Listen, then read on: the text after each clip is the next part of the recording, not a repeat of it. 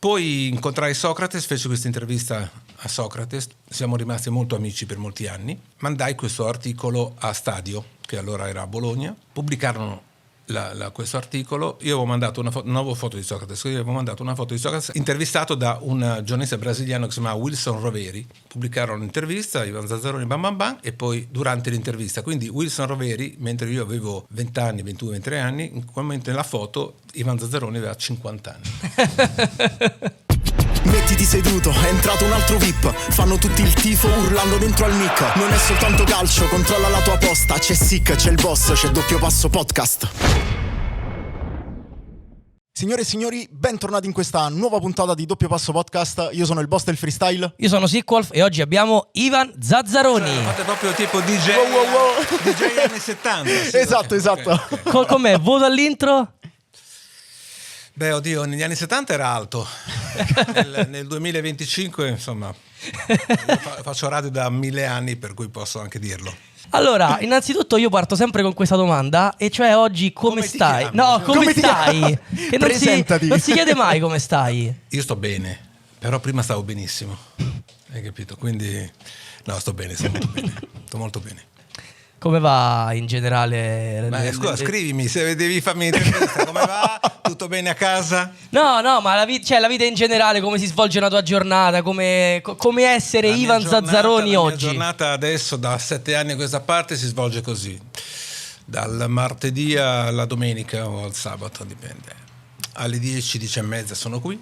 Prima faccio colazione e mi sveglio. Ti piace questo inizio? Ci sta. Mi sveglio. Già che già di svegliarsi sì. è già una ogni tanto lo fa anche lui, quindi esatto. Mi sveglio, faccio colazione, vengo qua al giornale, sto dalle 10 a mezzogiorno e mezza, poi pranzo, poi torno qui e alle 3 facciamo riunione. Dalle 3 fino alle 10 sono al giornale, a meno che non siano delle partite, e quindi fai telefonate, cerchi notizie, fai il giornale, tutte queste cose, scrivi, soprattutto scrivi. Poi ci sono i programmi televisivi, c'è Ballando, ci sono tante altre cose che faccio. Il sabato faccio anche DJ da 20 anni, ero DJ con Caressa, e poi torno a casa finalmente. Faccio pressing di notte la domenica, insomma c'è da fare, però mi diverto tanto. È un calendario bello fitto. E quando arrivi qua tu dici facciamo riunione alle 15, come si svolge più o meno una riunione al Corriere dello Sport? Ma sai, il direttore parla, gli altri ascoltano. Io detesto le riunioni, quindi dopo 10 minuti li mando tutti a spendere. No, comunque sì, sono molto brevi le riunioni, diamo indicazione si chiamerebbe scaletta o timone, come preferisci.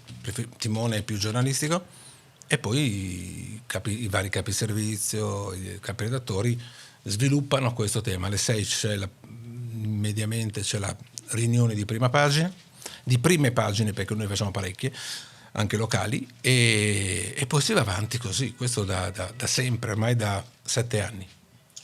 Ma com'è nata la cosa di fare più edizioni del Corriere locale? No, è così dappertutto, perché il Corriere è leader nel centro-sud e a Bologna e Firenze, dove ha Stadio. Quindi è chiaro che noi dobbiamo in qualche modo premiare questo tipo di fidelizzazione, di rapporto con Napoli, con Roma soprattutto, con Bologna e con Firenze, e quindi abbiamo una edizione nazionale e alcune edizioni locali. E io sono curioso, allora io ti farò un sacco di domande su questa roba qua, perché io fin da piccolo ho sempre voluto fare il giornalista. No, perché quindi... sei grande adesso invece. Vabbè, diciamo che ho è un finto piccolo, ho finto piccolo. Ho 28 anni, però sembro molto più piccolo. No, però io a 28 anni ero caporedattore. Allora mi sento tremendamente indietro nella mia vita. Bravo, sei molto indietro. Cavolo, no, però sarà da sprono. No, volevo sapere, dici alle 6 c'è la riunione per capire la prima pagina. Come funziona però per quanto riguarda la sera in cui c'è una partita? Cioè, ok, se c'è ad esempio la Roma o la Lazio la sera, crei gli spazi e poi li riempi a seconda del risultato, questo è evidente. Cioè tu crei graficamente, abbiamo i grafici naturalmente, crei degli spazi, completi quelli esterni, e quello principale naturalmente, se si tratta di Roma Lazio per l'edizione romana, se si tratta di Inter o Juventus o Milan per l'edizione nazionale, crei comunque quello spazio lo vai a riempire col risultato, con le foto, con i sommari, con i catenacci, con gli occhielli, tutto. E a che ora finite la sera di fare tutto prima di mandare in stampa il giornale? Ma finiamo mediamente alle mezzanotte e mezza, Restano alcuni fino a mezzanotte e mezza, c'è chi resta anche fino all'una, ma indicativamente noi il giornale lo finiamo, chiuso sulle 11:40, 23:40, 23:45. Ok, diciamo, se una notizia quindi che è molto importante magari arriva per mezzanotte e mezza, l'una, il giornale ormai è chiuso. Tiri 2 Madonne prima. Ok. Esatto. Poi una volta che hai tirato giù 2 Madonne di quelle belle pesanti, c'è qualcuno che interviene su delle battute, questo è evidente. Se poi arrivano alle 2, arrivederci, grazie, cerchi in qualche modo di rimediare col sito, ma non è semplice. E magari capita anche che delle volte dovete aspettare e sapete di dover aspettare, ad esempio se c'è un allenatore di una squadra big magari che rischia della panchina, e sai che dopo la partita la rischia. Mezzanotte non dorme la notte lui, se rischia a mezzanotte lo caccia non dorme sicuro. Di solito i presidenti vanno a dormire o vanno a donne a quell'ora, per cui decidono prima. Ok, allora partiamo un po' dal principio. Dimmi. Tu giocavi a calcio da piccolo? Io giocavo a calcio, sì. Com'eri? Bravo. C'è qualcuno che quando gioca a calcio dice che non è bravo? Io ero bravo, ero capitano del Boca. Il Boca era, io ho giocato in parecchie squadre, ma il Boca è quella a quale sono più legato, che poi chiamavo Boca San Lazzaro, dove ha giocato Bazzani, per esempio, che tu immagino conosca. Sì. E creò questa squadra, fu creata in un locale di mio padre negli anni 60. Aveva fatto terza categoria per tanti anni, poi arrivò addirittura alla seconda, alla prima, e poi unendosi, io ho giocato anche nel San Lazzaro in Serie D, quando c'era Vavassori allenatore, Giuseppe, non Giovanni, e giocava Antonio Genzano, che tu non conosci perché giocava nel Cesena, un sinistro fantastico. Poi quando ho finito il settore giovanile, ho fatto un po' di terza, di seconda, a parte la Serie di quell'anno, naturalmente con San Lazzaro, panchina quasi sempre perché ero un ragazzino. Ho fatto parecchi provini, San Benedettese, Empoli, Roma, Massese, però non avevo la qualità per fare né la A né la B. E la C, in quel tempo, io avevo 16 anni, era disgraziata, per cui non è che guadagnavi, preferivo studiare. Avevo la percezione del fatto di non poter fare carriera, però, e poi non mi divertivo più, cioè mi piaceva tantissimo giocare a calcio, ma a terza categoria, seconda categoria ti divertivi di meno. Giovanili mi sono divertito come un pazzo, era la mia passione assoluta. Quando feci il problema con l'Empoli, me lo ricordo ancora, Novellino era appena andato via, e ricordo che l'allenatore, se non sbaglio, era Ulivieri. Io provai nel sussidiario, che è il campo che è di fianco all'Empoli, io giocavo ala o mediano, mi misero libero, non la strusciai mai, quindi, perché non mi piaceva giocare libero, proprio in difesa mi faceva veramente cagare.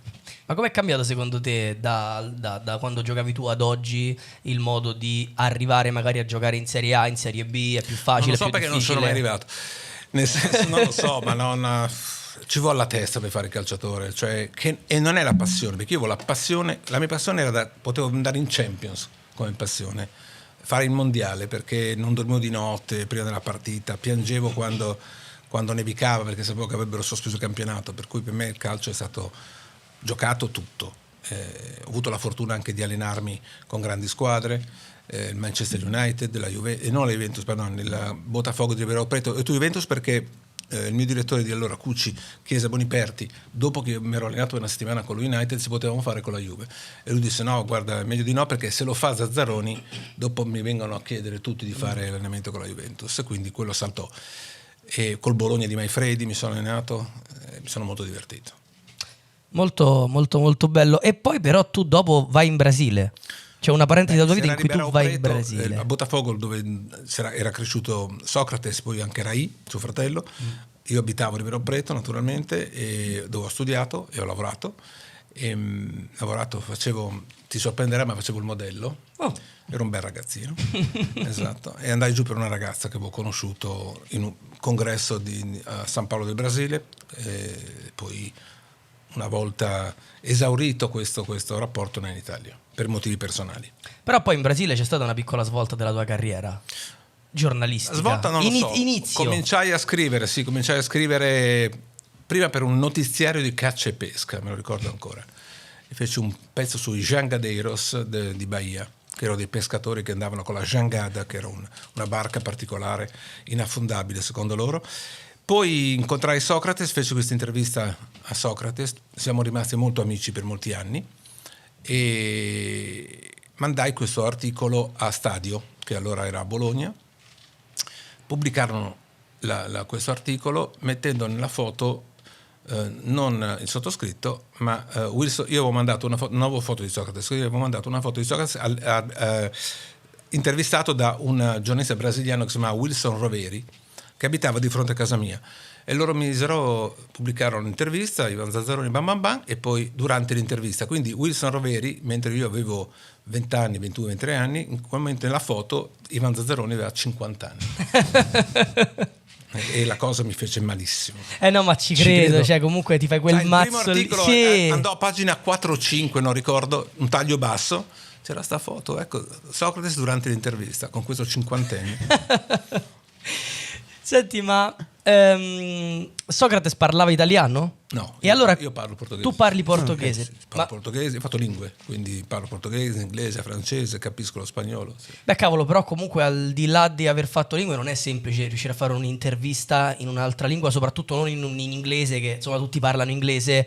Cioè, secondo me, io ho sempre pensato che c'è quella barriera linguistica in cui fino a che ti faccio una domanda base, forse dipende sempre dal livello, no? Dal livello. Sì, io ho intervistato per esempio in inglese Rinus Michels ad Amsterdam, o in francese Henri Michel, in francese Guy Thys, CT del Belgio. Voi non sapete neanche chi sia, però vi dico personaggi di grandissimo livello della storia del calcio. Però Cantona in francese, quindi Eric a Parigi, l'ho fatta per GQ Italia, però venivano bene. Poi alla fine ti capisci, cioè a gesti magari se ti manca una no scherzo. Disegni, volevo immaginarmi. Fai un disegnino. Esatto. Volevo immaginarmi. E infatti volevo chiederti com'è lui. Pazzesco. Stava facendo l'Uburet a teatro nel sud della Francia. E io impazzivo per lui, proprio perché mi piacciono quelli borderline, no?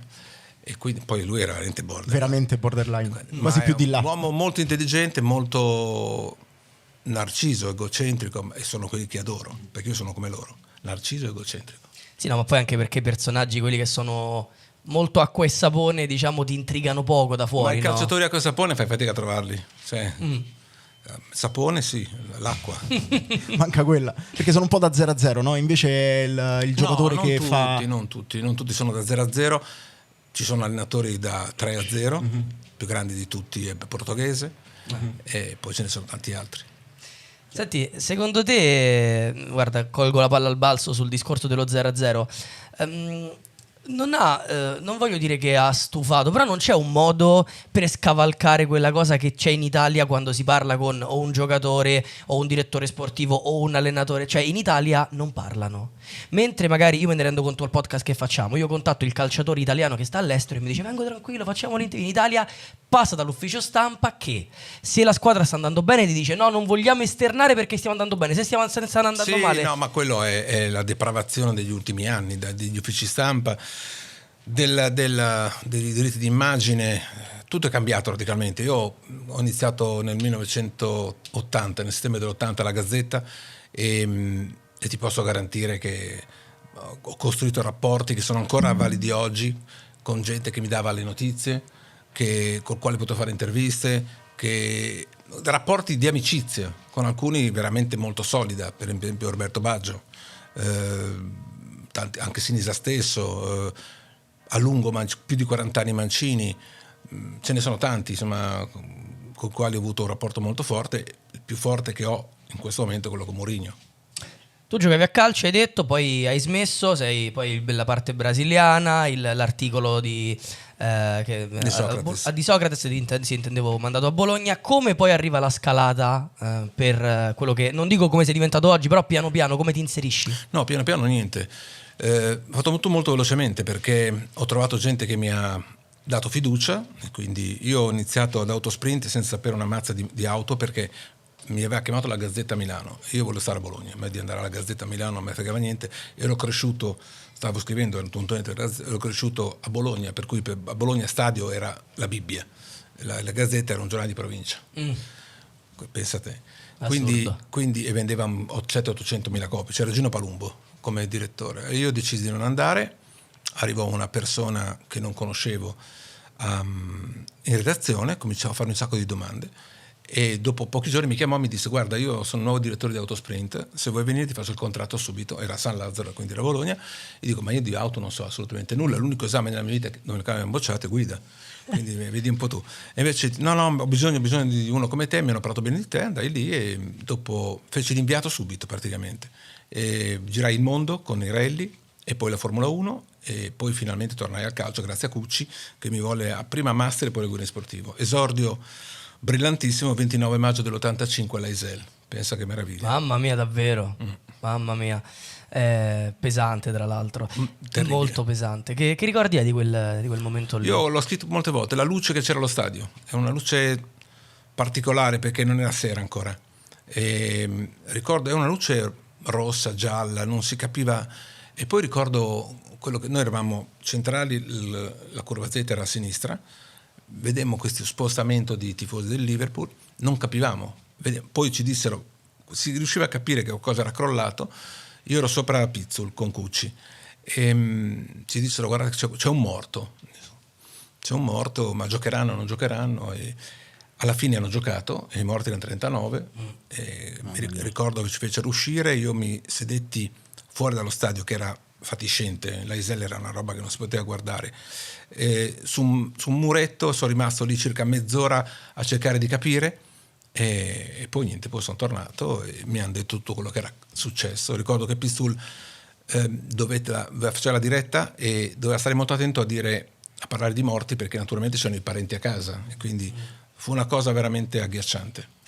Pizzul tra l'altro ci ha lasciato poco fa e che non hai trovato un po' poco rispettoso il fatto che non sia stato fatto nessun minuto di silenzio? Beh, l'ho scritto e devo dire che la gente mi ha seguito su questo, cioè l'ho scritto su Instagram, veramente sono entrato su Instagram circa un mese e mezzo fa, potevo anche star fuori che era meglio perché io odio i social e francamente non ne ho bisogno, e però in alcuni casi arrivi diretto a delle persone che magari non leggono. Io li chiamo gli analfabeti del web. Però scrivi belle cose su Instagram. Ti ringrazio. Grazie. Io faccio i complimenti e tu ci insulti. Però con un certo stile, sì, se posso no, dire. ma lo so, con un certo stile. Ma scrivi belle cose su Instagram. Io ti seguo, fai bei post, racconti le tue giornate, le foto in treno. Perché come hai detto è diretto. Scrivi una cosa, arriva subito. Le foto in treno, sì. Le foto in treno perché sono sempre in treno. Cioè, quindi voglio tra Bologna, Roma, Milano, Monza, Bologna, sempre in treno. Senti, c'è stato un momento in cui anche da ragazzino hai pensato voglio fare il giornalista, magari lo hai detto in famiglia? Stai scherzando? Cioè io quando il primo regalo che chiesi a mia zia fu una macchina da scrivere. Io volevo fare assolutamente questo mestiere, cioè volevo fare il giornalista di calcio naturalmente, perché volevo andare allo stadio gratis, cioè non volevo pagare, volevo conoscere i calciatori e vedi come sono cambiate le cose. Adesso allo stadio non vado nemmeno più, poi ci vado molto poco, i calciatori li conosco e sono a posto così e guadagno bene. Sei contento adesso, insomma? Sono sempre stato felice del mio lavoro, non ho mai avuto momenti di difficoltà. Quando li ho superati, quando ho chiuso col Corriere nel 2002, no, col Guerino, scusami, avevo due direzioni, Guerino Sportivo e Autosprint.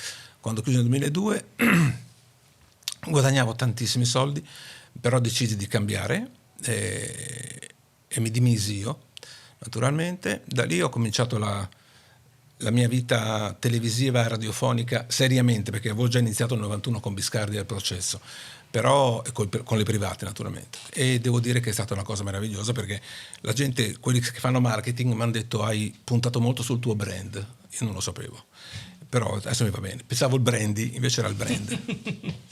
Ma avevi qualche sogno quando eri piccolo? Cioè io sono cresciuto che vedevo tipo le varie top testate come se fossero, io compravo il Guerri Sportivo e lo leggevo al mare. Io sono cresciuto con il Guerri Sportivo di Cucci negli anni 74, 75, 76, scusami, 77, così. Quelli erano, portavo al liceo, portavo il Guerri Sportivo di Cucci, che è stato rivoluzionario, che ha insegnato a parecchi giornalisti a fare, poi molti sono persi, alcuni hanno fatto carriera, sono persi anche determinati valori. Poi è chiaro che la televisione ha cambiato tutto.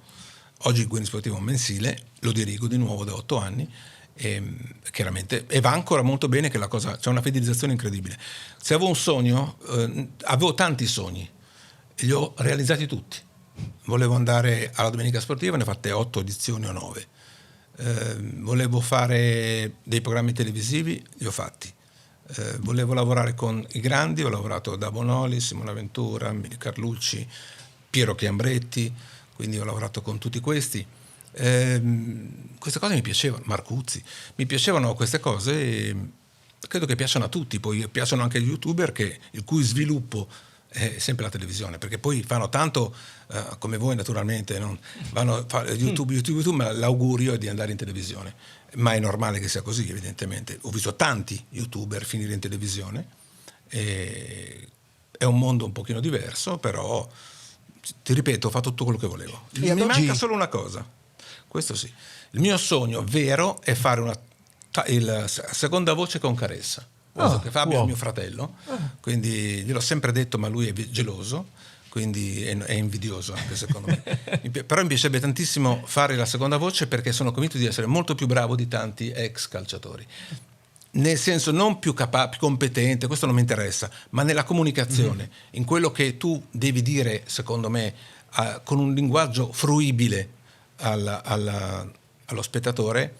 Sono convinto di poter incidere. L'ho fatto una volta sola, mi ricordo il derby di Marassi, con il telecronista, forse era Pinuccio Brenzini se non sbaglio, e c'era Onofri, allenatore del Genoa, e mi sono divertito un casino, anche se pioveva che Dio la mandava, non si vedeva una mazza.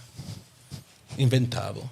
Beh, giusto. Sì, anche perché non è solo un discorso tecnico, no, di competenze tecniche, ma è appunto, come dicevi tu, a livello comunicativo. No, ma la competenza... Cioè, come arrivare poi al pubblico, a me no? il commentatore o il telecronista che mi racconta quello che ho già visto non mi interessa perché l'ho visto, e mediamente chi guarda la televisione, soprattutto a Sky o ad DAZN, un'idea di calcio ce l'ha, no?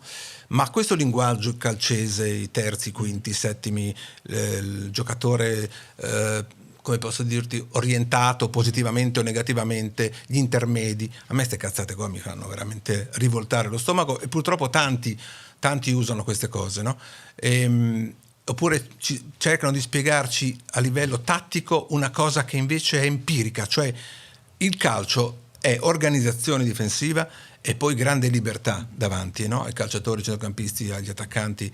Io amo quel tipo di allenatore che non deve insegnare molti movimenti, perché quando hai grandi calciatori non puoi insegnare niente. Insegnare il concetto, no? Quando tu hai Sergi Busquets, Messi, Iniesta, che gli devi dire? Ma che cosa vai a raccontare? E dietro Pujol ma che cosa gli vuoi raccontare? Infatti la grande fortuna di Guardiola è stata quella di partire in quel modo, poi ci ha messo del suo, questo è evidente. Sì, no, ma anche perché diventi anche abbastanza ridicolo. Cioè, se vai da Iniesta a dirgli come muoversi in campo, dici scusa, ma vieni tu da me a dirmi come muovermi in campo io. Infatti gli allenatori che io amo si chiamano Ancelotti, Max Allegri, Mourinho, Lippi, Capello. Questi sono i miei allenatori. Gli allenatori che non ci devono raccontare che Cristo è morto dal freddo, che vincono soprattutto, che sanno allenare.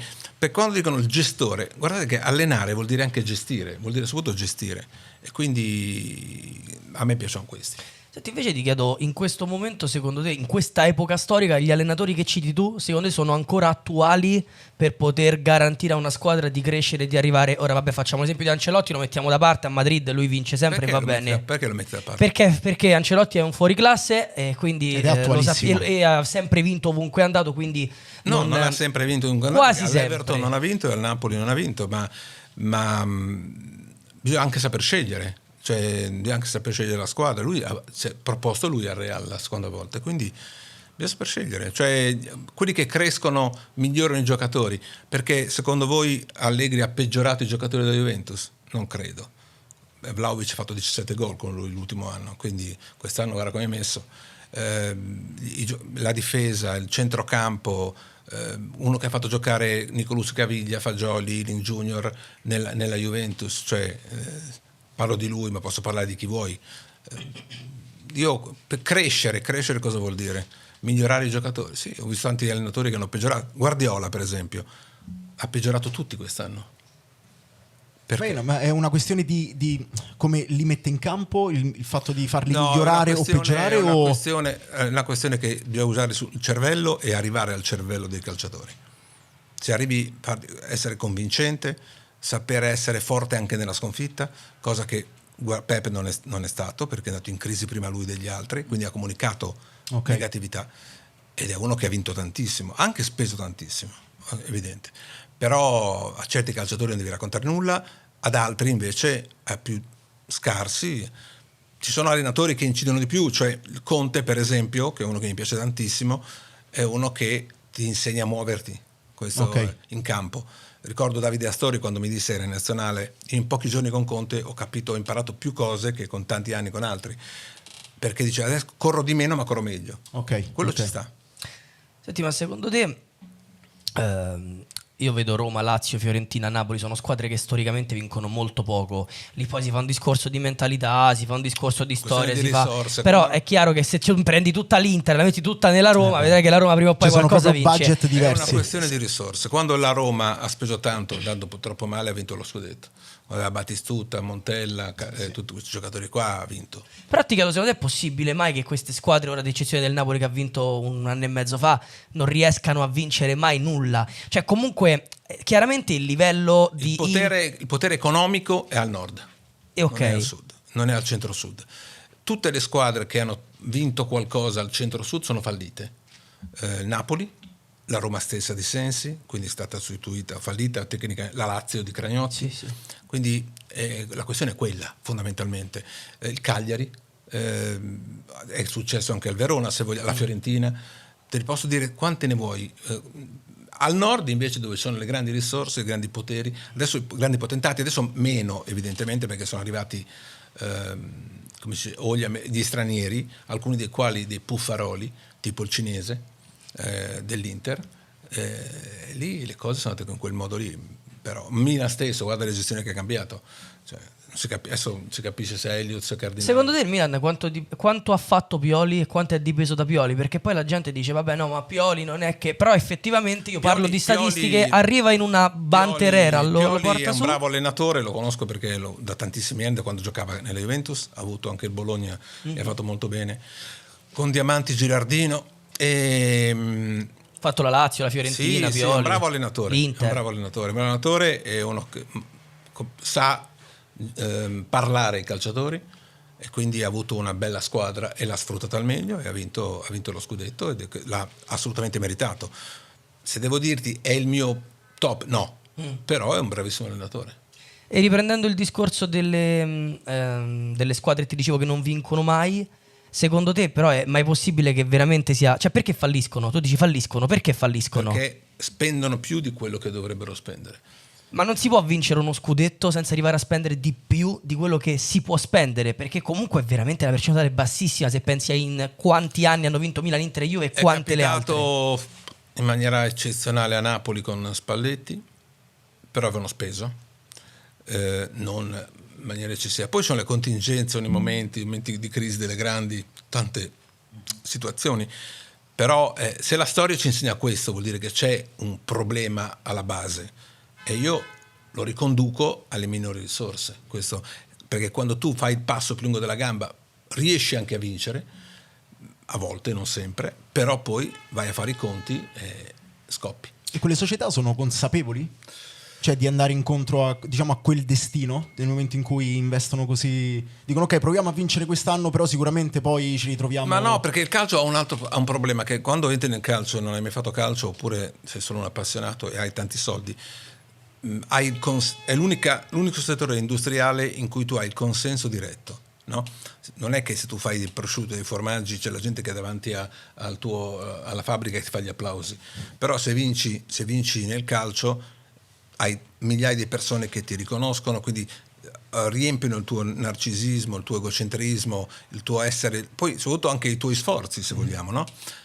Al contrario, se perdi hai la gente che ti vorrebbe menare. Tu quanto... Faccio un salto all'indietro, guarda, tu quanto metti di parte creativa, Corriere dello Sport e Guerri Sportivo? Cioè tu sei arrivato e hai portato modifiche, avevi delle idee, come funziona quella parte lì? Oppure è un più lavoro di gestione del gruppo? No, io metto della creatività, cioè metto quello che sono, cioè idee. Sono cresciuto con Cucci era un'invenzione settimanale, per cui mi trovo molto in sintonia con lui, quindi cerco di mettere del mio, di personalizzare le cose e devo dire che qui dentro mi seguono, quindi da questo punto di vista credo che il Corriere dello Sport abbia acquisito un'autorevolezza che non aveva. Ok, questa è sicuramente una cosa bella nuova, perché sono cresciuto, quindi te lo ripeto, per me è davvero, davvero bello. E poi tu hai fatto e fai opinionista, hai fatto pressing, tiki-taka, invece quella è una cosa completamente opposta. Lì come No, è ti- una parte del mio lavoro, cioè una parte che mi diverte, mi piace, quindi mi chiamano e ci vado quando sono di qualità. Mi sono divertito con Piero, ho fatto, te l'ho detto, 8-9 domeniche sportive, edizioni, non una presenza, quindi vuol dire tutto l'anno. A pressing sono da 3-4 anni, non mi ricordo. Dopo Tiki Taka comunque sono passato a pressing e mi diverto anche lì, cioè al di là degli orari ci sono riscontri, è divertente, mi piace, è una parte assolutamente che completa anche perché tu non è che su un giornale puoi esprimere tutto quello che vuoi. È chiaro che scrivendo devi anche lavorare di sintesi alle 60, 70, 80 righe, quando invece hai dei contraltari che hanno opinioni diverse dalle tue, io mi diverto come un pazzo, cioè.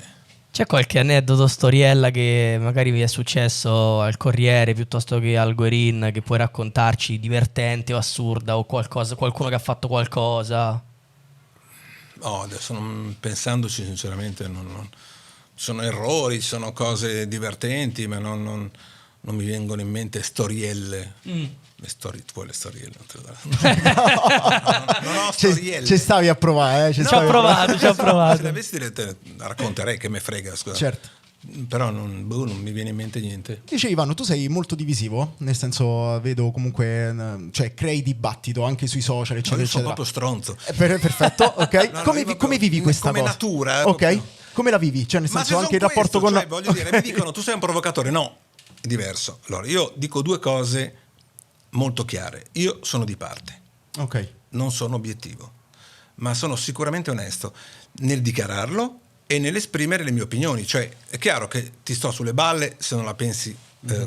Infatti, sulle balle praticamente ha gli interisti che dicono che sono juventino, gli juventini che dicono che sono interista, i milanisti che dicono che sono interista. Ma adesso poi sono le stagioni. Quando difendo Allegri sono juventino, no? Quando lascio Allegri e quindi gli interisti mi odiano. Quando passo dall'altra parte, difendo Simone o altre cose del genere, gli juventini mi odiano. Ma non me ne frega assolutamente nulla, cioè dico quello che penso perché non sono capace di dire una cosa che non penso. Ok. Non mi viene, cioè sbaglio a volte, ci mancherebbe altro, però tu sai benissimo per esempio che se parlo di Allegri è perché io con Allegri parlo costantemente, se parlo di Mourinho è perché con lui parlo costantemente, quindi ti trasmetto al lettore la verità. Poi magari qualche volta posso magari esagerare oppure ridurre, limitare per ragioni mie, evidentemente. Però a me quelli che dicono che sono obiettivo, non esiste l'obiettività. Anche i grandi del passato, Brera, Palumbo, così avevano le loro opinioni, le esprimevano, litigavano anche per quello. Ok. E i social come li vivi? Gli hater sui social, rispondi? Li brucerei tutti. Perfetto, ok, grazie ragazzi. Io prenderei la benzina, li brucerei tutti, Ok. a livello chiaramente letterale. Sì, Cioè, certo. io non accetto di essere messo in discussione sul mio lavoro, non lo accetto. Cioè, a me di gente che ha 20 anni o 25 anni o 30 anni, che ha fatto 4 partite e mi viene a raccontare. Io leggo per esempio gente che scrive Allegri di qua, Mourinho di là, Ancelotti di su, l'altro di giù, De Zerbi a destra. Io queste cazzate non le sopporto perché non parli con loro, non parli con la società, leggi i giornali e i giornali alcuni dicono bestialità terrificanti. Allora, come fai a dire che io ho detto una cazzata? Perché lo devi dire? Io ti chiedo. Allora, stai buono, tranquillo, stai nel tuo, scrivi le tue. Poi, ti ripeto, io ho una capacità di tolleranza bassissima, Ok. per cui rispondo a volte, anche male, sono anche abbastanza volgare certe volte, oppure blocco. Ok. Penso di averne già bloccati 200 in 40 giorni. Cioè, Quasi un altro lavoro praticamente.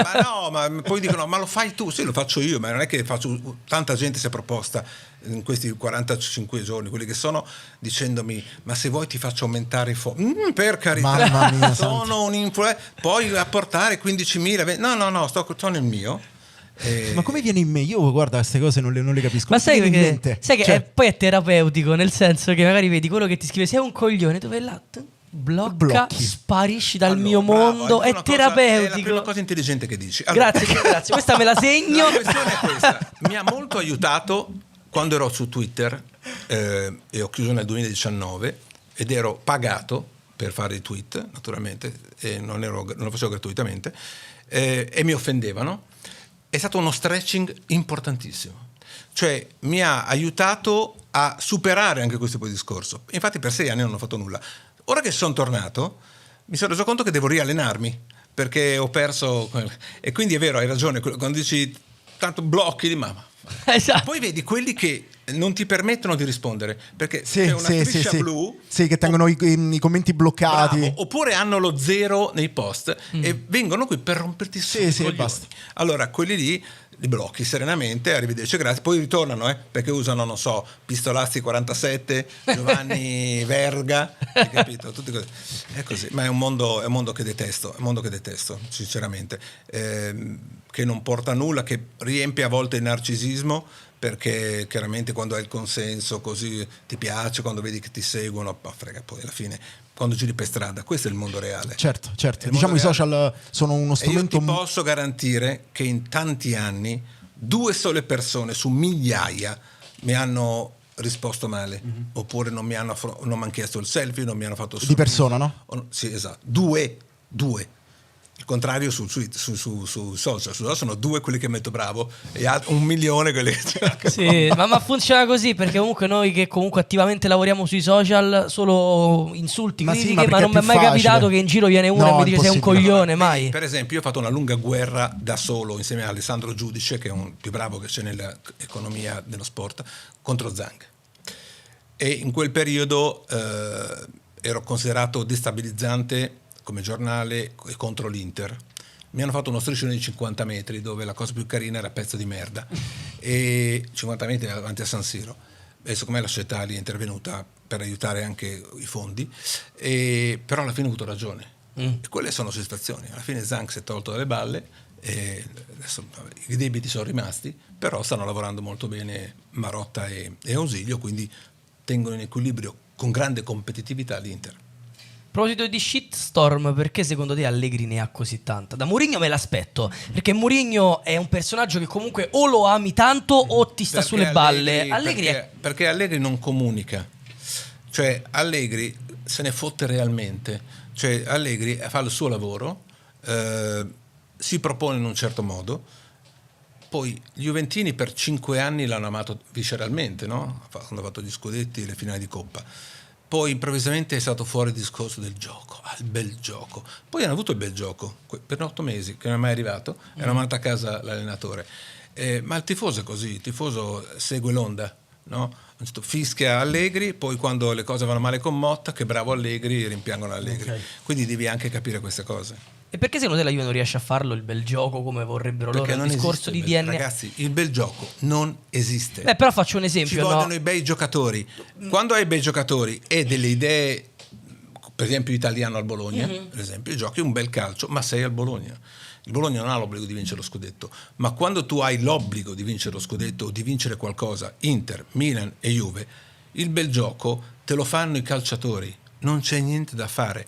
Poi tu puoi mettere a organizzare la difesa come faceva Sacchi, no? Ma aveva Maldini, Baresi, Costa Curta. Di avere i giocatori Filippo per Galli, fare il bel Tassotti. gioco. Poi davanti aveva Gullit, Van Basten, Donadoni, ragazzi, aveva la qualità, la grande qualità, e quello faceva un bel gioco. E cazzarola, questi giocavano che era una meraviglia, grandi palleggiatori, arrivavano, verticalizzavano. Van Basten è una roba da urlo.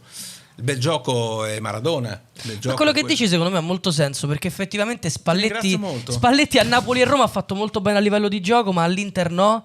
Faccio lo stesso esempio di Gasperini all'Inter, faccio lo stesso esempio di Sarri alla Juve. A Napoli ha fatto molto bene, alla Juve no, alla Lazio si stava iniziando a vedere Comunque un ha vinto gioco. lo scudetto, sì, è vero. Sì, però no, parlo proprio di, come dicevamo prima, di bel gioco. A È Napoli un altro vedevi che mondo, giocavano a un altro tocco. mondo, un altro mondo, non c'entra, è un altro mondo. Infatti al Napoli non ha vinto.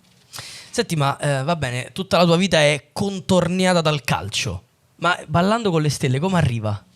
Arriva nel 2006 perché ero un bel ragazzo, facevo il giornalista e Ballandi e Mili Carlucci hanno detto: guarda che in Inghilterra con Dancing with the Star funziona molto il giornalista, perché è un mondo completamente... Io ho sempre amato la musica, quindi ho l'orecchio musicale, ho detto ma non ci penso minimamente di far Ballando con le stelle.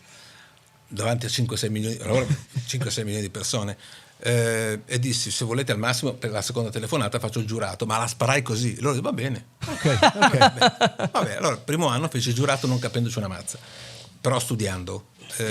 L'anno dopo tornarono alla carica, devi ballare. Ho detto: quanto mi date? Mi hanno dato una cifra, ballo. E quindi ho ballato, mi sono divertito tantissimo e poi sono rimasto lì perché Media sta carinissima, sono 17 anni ormai. Cavolo. E faremo 18 quando facciamo il 20° anno. Poi adesso c'è questo spin-off, lo chiamano, di 4 venerdì a maggio, e siamo anche lì. Che poi tra l'altro noi abbiamo intervistato poco fa Gil Rocca, che se non sbaglio ha vinto un'edizione, Gil Rocca giusto? è stato molto bravo, sì. Sì, Non che mi è ricordo uscito... neanche, se io mi ricordo più neanche i vincitori, però Gil è bravo. Ok, sì, Sì, ce forse l'ha hai raccontato. ragione, forse ha vinto. Se non sbaglio sì. Sì, mi pare che ha vinto. No, è stato molto bravo, me lo ricordo. Però questo è bellissimo perché ti spiego cosa è successo. Allora, quando mi sono messo a ballare, anche visto da torero, davanti a 4 milioni, 5 milioni di persone, Devo recuperare la clip. alcuni giornalisti simpatici, molto simpatizzanti, il ballerino, brutti, tutti brutti, grigi, vestiti male, il ballerino, e io mi diverto. Tu sai quanto godo quando mi dicono vai a ballare, torna ballando. L'altro giorno ho scritto, uno mi ha detto: ricomincia ballando con le stelle, mi ha detto vai a ballare. Ho detto: senti, almeno ballando ho conosciuto un mondo più educato di te, del tuo naturalmente, vorrei mandarti a cagare, però essendo educato lo penso soltanto. E lui: ma no, ma volevo... Lui subito è tornato a dire: no, ma io stavo scherzando. Sì, anch'io. Ci stanno quelli mi danno ancora più fastidio, no? Che ti insultano, tu gli rispondi e ti dicono: non volevo solo vedere se mi rispondevi, Ma no, oppure sì, stavo sì, scherzando. sì. Ma vabbè, dai, è giusto rispettare anche la gente, non è quel discorso. Senti, tu hai una fede calcistica. Sì. Tifi Bologna. Radicata, 2 ne ho. In realtà ho il Bologna da sempre. Io al Bologna ho fatto anche cose molto importanti, tipo portare Baggio, Pagliuca, portarlo proprio. Ce lo racconti? Il primo anno Sinisa e ai Bresciani, Giorgio Bresciani, quando eravamo in Serie C. Te lo racconto. E poi amo visceralmente il Napoli, però Bologna resta Bologna. E poi mi lego agli allenatori o ai giocatori, pochi. Quindi, per esempio, se Allegri lavora nella Juventus, in quel momento Allegri segue. Se Mourinho fa ecco Fenerbahce, tu sei un tifoso del Fenerbahce sfegatato, hai capito? Quindi, e quelli del Galatasaray mi odiano. Baggio fu molto semplice. Venni a sapere che lo voleva il Parma da uno del Milan, famoso. Mi disse: guarda che va al Parma. Io scrissi, verificai che Sogliano stava andando a fare l'accordo, era il direttore sportivo, e scrissi: Baggio al Parma, caratteri cubitali. Mi chiamò Ancelotti, che era l'allenatore del Parma in quel periodo, e mi disse: guarda, io anche, era Coverciano, ti sei sbagliato, Baggio non viene al Parma. No, ti sbagli tu. Io ho detto: Carlo, Baggio sta andando al Parma, ma io non l'ho chiesto, non voglio un 10. E fece saltare l'operazione. Quindi Baggio si incazzò violentemente con me, no, come fa lui, si incazzò con me, e quindi chiuse come la comunicazione. I rubinetti, sì. I rubinetti. Cosa successe? Che per un mese non mi chiamò, era a Milanello in giro così. Poi a un certo punto Gazzoni mi disse, il presidente del Bologna, mi disse: ma secondo te Baggio vieni? Guarda, proviamoci, dai, proviamo. Io chiamo anche Petrone, fai una cosa, spingi un'altra. Alla fine Roberto è andato al Bologna, purtroppo con leverage buyout, quindi con la possibilità di liberarsi con 3 milioni se non sbaglio, e l'anno dopo andò all'Inter perché Moratti ne approfittò, aveva segnato 22 gol quell'anno. Ma secondo te perché adesso non c'è più quella roba di poter sognare Baggio che va al Bologna? Cioè, comunque prima ricordo un pochino quando ero più piccolino, prima ancora di me c'erano squadre come tutti avevano campioni, Udinese, grande giocatore, Zico, esatto. Cioè. Adesso perché secondo te non si arriva più a quel perché livello non lì? siamo più il calcio di riferimento, perché non abbiamo la stessa importanza, non abbiamo gli stessi proprietari, non abbiamo più i mecenati. Beh, però tolta la Premier ci sono campionati che vedi sopra il nostro? La Spagna sicuramente. Ok. La Spagna sicuramente. La Francia no, la Germania no. Difatti i campioni in Germania ci vanno pochi. In Spagna invece ci vanno come. Però in 3 o 4 squadre. Cioè so. è raro vedere magari Capito, lo Sporting Gijón in serie in Liga che 3 prende 4 squadre. Rodrigo, Vinicius, Bellingham e Mbappé. Poi ci metti anche Camavinga, Modric, prima c'era Kroos. Cioè, Barcellona c'è Lewandowski. Sì, poi quelli che fa crescere naturalmente. È evidente che quelle 2 squadre assorbono. Poi la Premier ha avuto il momento in cui ha portato via quasi tutto. Invece Ivan, in Italia a livello di settore giovanile, cosa pensi? Cioè, nel senso, Non investono perché non è solo una questione di metodologia anche? è questione di mancanza di volontà. Ok. Soprattutto da parte delle società che, come vedi, comprano un sacco di stranieri, anche pippe clamorose, per una questione anche di carattere economica. Prima c'era il decreto crescita, quindi grandi vantaggi, e quindi oggi gli italiani hanno pochissimo spazio. Ultimamente qualcosina sta cambiando, perché comunque la crisi porta a questo, e vedo qualche ragazzo che sta uscendo e sta giocando in Serie A con una certa continuità, però i settori giovanili vengono curati veramente molto poco. Sì, perché io ho lavorato in una scuola calcio per un paio d'anni e praticamente loro insegnavano la metodologia che la FIGC indicava, e ad esempio non c'è tutta la parte analitica, quindi del controllo palla, del passaggio, dello stop, ma è tutto situazionale. La parte tecnica, esatto. la parte tecnica. Sì, infatti quello che dicono i grandi allenatori è che bisognerebbe tornare alla tecnica. Io quando giocavo avevo un allenatore che si chiamava Nichele, che aveva giocato in nazionale nella Fiorentina, anzianissimo, me lo ricordo, spettacolare, solo tecnica. Quindi giocavi, t'allenavi, muretto, non muretto, destra, sinistra, quindi facevi pochissimo. L'atletica la facevi giocando, partita. Esatto. E allora affinavi quella parte. Poi la parte tattica, allora era un altro calcio evidentemente, però siamo tornati a quel calcio lì, perché l'uomo contro uomo era esattamente quello che facevamo noi. La marcatura uomo, tu prendi questo, tu prendi quell'altro, no, più o meno ci siamo.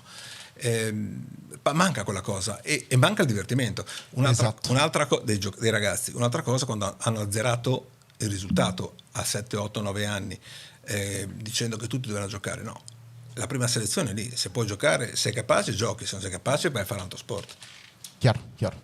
Sì, ma infatti su questo sono d'accordo. Ricordo che quando ero piccolino che facevamo scuola calcio, anche il fatto che è come se non esistessero risultati in generale quando fai le partite, no? Ma il bambino ha bisogno di giocare, di vincere e perdere. No? Siamo Bisogna- cresciuti col risultato, con l'incazzatura se perdevi, con la gioia nello spogliatoio se vincevi, ed era accettato, era la norma, era normale. Tu crescevi già con una certa competitività, amavi la competizione, no? E la competizione te la porti anche nella vita. E ti fa crescere, la competizione ti fa d'accordo. crescere, Ma altrimenti se rimani tutti lì. possono giocare, se non c'è risultato, anche a scuola uguale, quando non mettevano i voti, le cose cambiano. Poi non ti ritrovi più, non sei preparato al salto. Sì, cioè, se non c'è voto manco mi impegno. Io mi impegno a fare, non c'è voto. Voglio chiederti il giocatore più forte che hai visto, perché tutti ci rispondono con lo stesso nome. Maradona. Allora, sì, Beh, un po', sì, dai, un ok. po' Maradona, un po' Ronaldo. E un po' Ronaldo il fenomeno. No, mi raccontano un sacco di stronzate. Dici la tua. Maradona era inarrivabile, ok? Chi l'ha visto giocare, io l'ho seguito dappertutto, sono stato con lui a Dallas, in Australia, cioè chiedete agli allenatori che l'hanno allenato, agli avversari, non c'era nessuno che aveva un calcio naturale come quello di Maradona, ha fatto cose pazzesche anche nella velocità e il fisico reattivo bestiale. Poi considera conto quello che si è preso anche. Sì. Esatto. Ronaldo è stato un grande attaccante, grandissimo, molto forte, con una parabola molto breve. Sì. Io tutto il 98 l'ho fatto con lui, con l'Inter di Simoni, quindi ho fatto tutta la Coppa UEFA, la vittoria di Coppa UEFA con la Lazio, ero con lui in Russia, quindi Ronaldo sicuramente bravo. Messi è il giocatore più vicino a Maradona, mentre Ronaldo Cristiano è veramente il prototipo del grande professionista, uno che aveva sicuramente talento ma che lo ha affinato col lavoro e anche lì col narcisismo, cioè col volere migliorare assolutamente.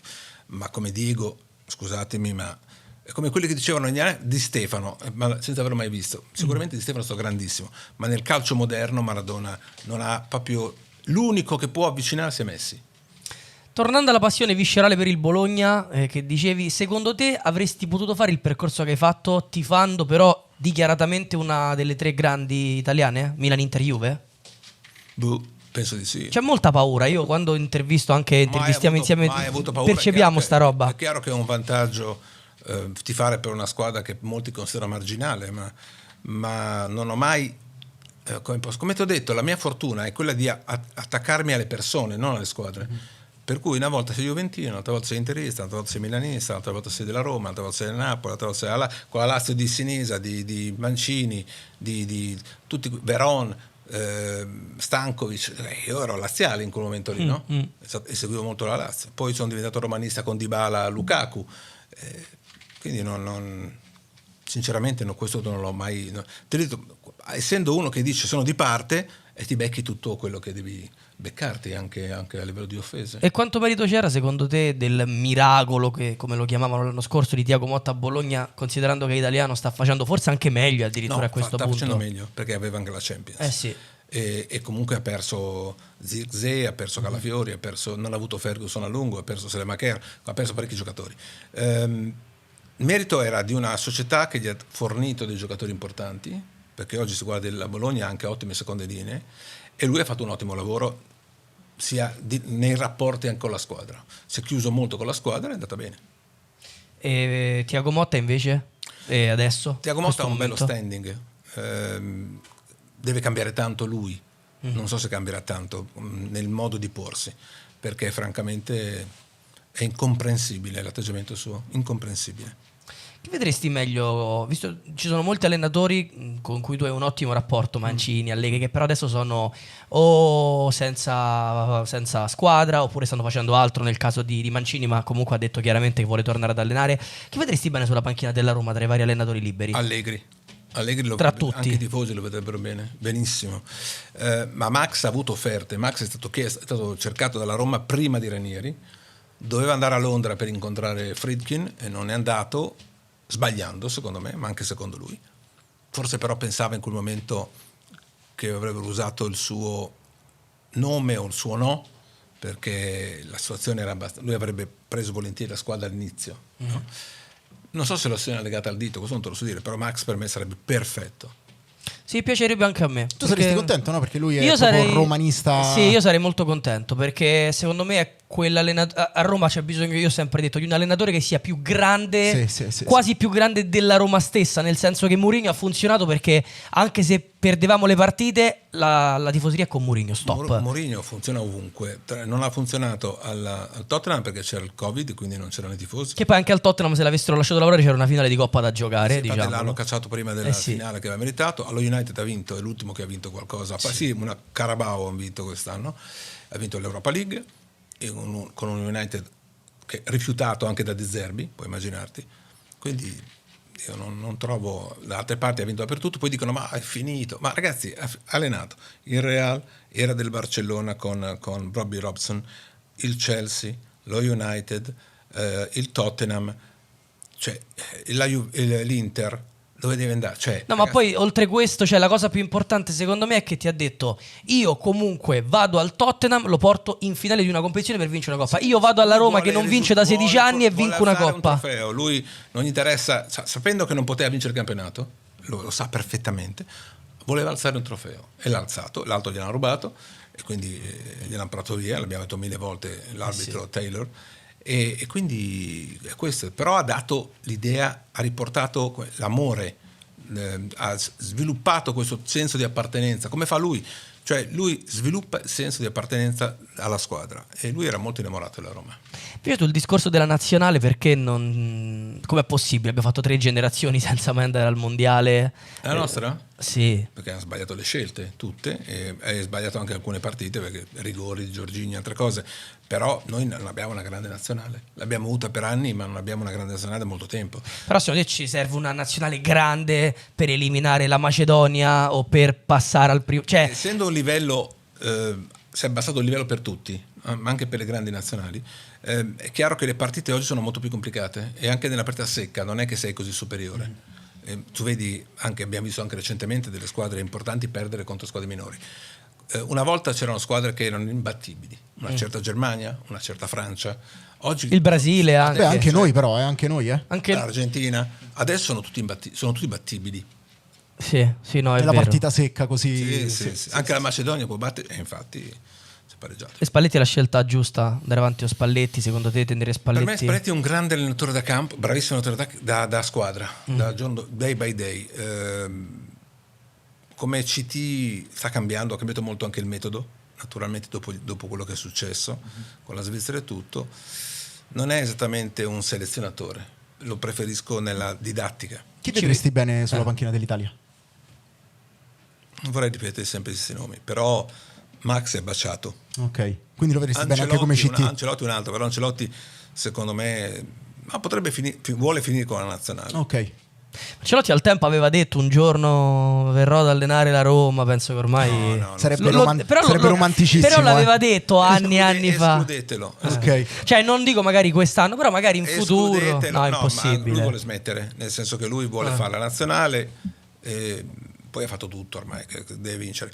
Lui, da quello che mi dice, il Brasile lo prenderebbe molto volentieri. Sì. No, qui lui per la Roma sperava in Davide. Ah, il suo ok. figlio, cioè Sì. nella crescita, un Ancelotti alla Roma, ma che non Carlo, ma Davide. Sai che ci ho un po' sperato, perché c'è stato un momento che insomma Ranieri doveva scegliere l'allenatore, lui sembrava dovesse lasciare il Real, che poi comunque si diceva dovesse andare su Xabi Alonso, quindi era tutto, ho detto rimane è senza così. panchina Il Real, magari. il Real andrà su Xabi Alonso, Però non quest'anno, perché Xabi ha detto rimane un altro anno, l'ha detto recentemente. però c'è un precontratto, so. c'è la possibilità di liberarsi. Secondo me lui un accordo ce l'ha con Florentino, e Carlo secondo me ha capito che forse questo è l'ultimo anno. E ho visto allinearsi tutti gli astri, ho detto sai che c'è, No, magari per il centenario della Roma, che è il ma una stella 27. è caduta, gli altri si sono saltati, cioè. Carlo prende 8 milioni e poi a parte quello vuole vincere. Vabbè, Allegri non penso che prenderebbe molto meno a Roma comunque. Ma dipende, Carlo vuole vincere, quindi gioca per vincere. Quando è andato e ha fatto scelte diverse è andata male, tipo Everton e Napoli. Quindi quegli allenatori non commettono l'errore a 66 anni dopo aver vinto tutto, di venire ed essere magari perdenti o arrivare sesti, quinti, perché non ci sono le risorse. È vero che si gioca troppo o no? È verissimo, ma vogliono fare altri tornei, l'UEFA e la FIFA adesso faranno un controllo di briscola per vedere di fare giocare sempre, hai capito? Io Si gioca oggi sì e domani sì. Io li detesto, infatti li attacco sempre. Qual è secondo te il modo per, considerando che si andrà verso la direzione antisoldi, spostano? Cambiare sia Ceferin che quello è il modo. Infantino è mettere della gente che ama il calcio, che capisce che lo spettacolo, più giochi più si deprime. Non è importante prendere voti da tutti. Sai, di questo me ne sono reso conto anch'io, ma anche dal punto di vista di quanto la gente ha voglia di calcio. Scusa, se io ti do da mangiare caviale tutti i giorni, sì, esatto, è quello. inflazionato. tu dopo un po' mi dici scusa, mi fa anche un po' schifo. Sì, c'era un botto di hype intorno a banana? tutto. Adesso Esatto. sì, no, sono d'accordo. Io lo vedo anch'io, adesso non vedo più tutte le 10 partite. Quando mi mancano alcune partite faccio gli highlights soltanto. Chiaramente con squadre minori è più facile. Sì. No, perché si gioca giocando sempre praticamente. Io invece ho l'impressione che sia più semplice arrivare a un momento in cui le rose saranno composte da 40 giocatori rispetto che riscendere con le partite. Ho paura che si andrà sempre verso si gioca ogni 2 giorni. Scordatelo, perché costerebbero talmente tanto queste rose da 40 giocatori che farebbero fallire tutte le squadre. Quindi non esiste. No, io credo che si arriverà a un punto in cui dovranno ribellarsi anche i calciatori. C'è una FIF Pro che dovrebbe essere un sindacato che non funziona, ma dovrebbero ribellarsi e dire basta.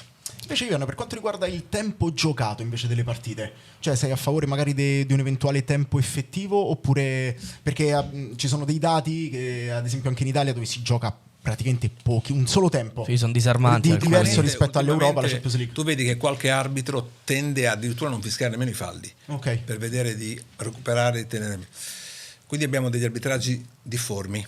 Il tempo effettivo non lo so, l'ho vista tante di quelle novità, ho visto il fuorigioco chirurgico, io lo chiamo chirurgico, quello delle unghie.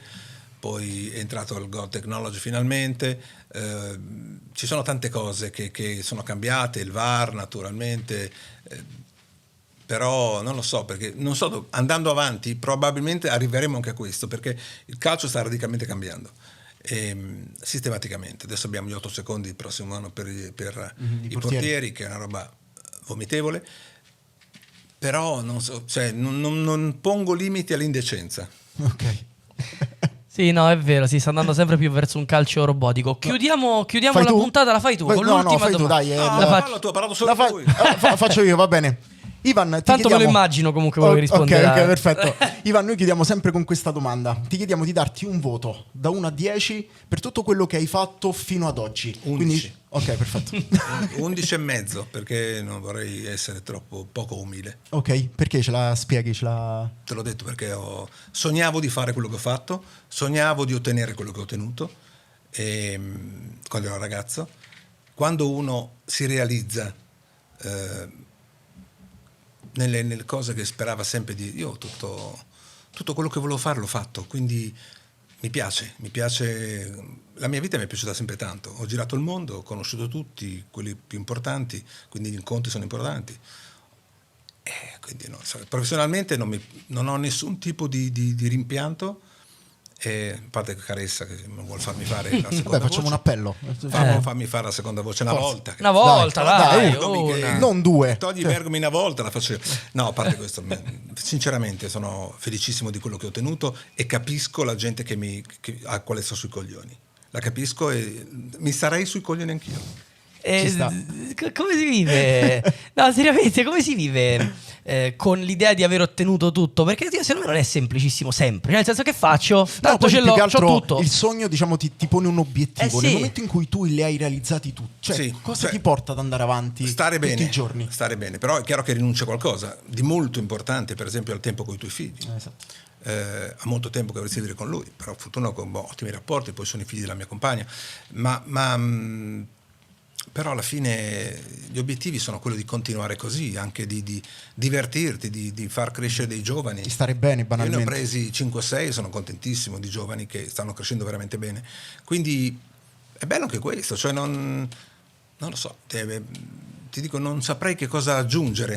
Ci sta, sinceramente. ci sta. Se non Caressa. Esatto. Cavolo. Gli faremo arrivare il video. Sì. Ivan, sì. grazie, Grazie a voi, grazie a davvero voi. di cuore. Grazie ragazzi per essere stati in questa puntata. Mi raccomando, Che iscrivetevi al tornato canale. DJ anni 70. Esatto, vedi, io ogni tanto mi attivo. Iscrivetevi al canale e lasciate un commento ovviamente su cosa pensate della puntata. Saluto al boss del freestyle. Da Sequalf Come dici? e da Ivan Zazzaroni.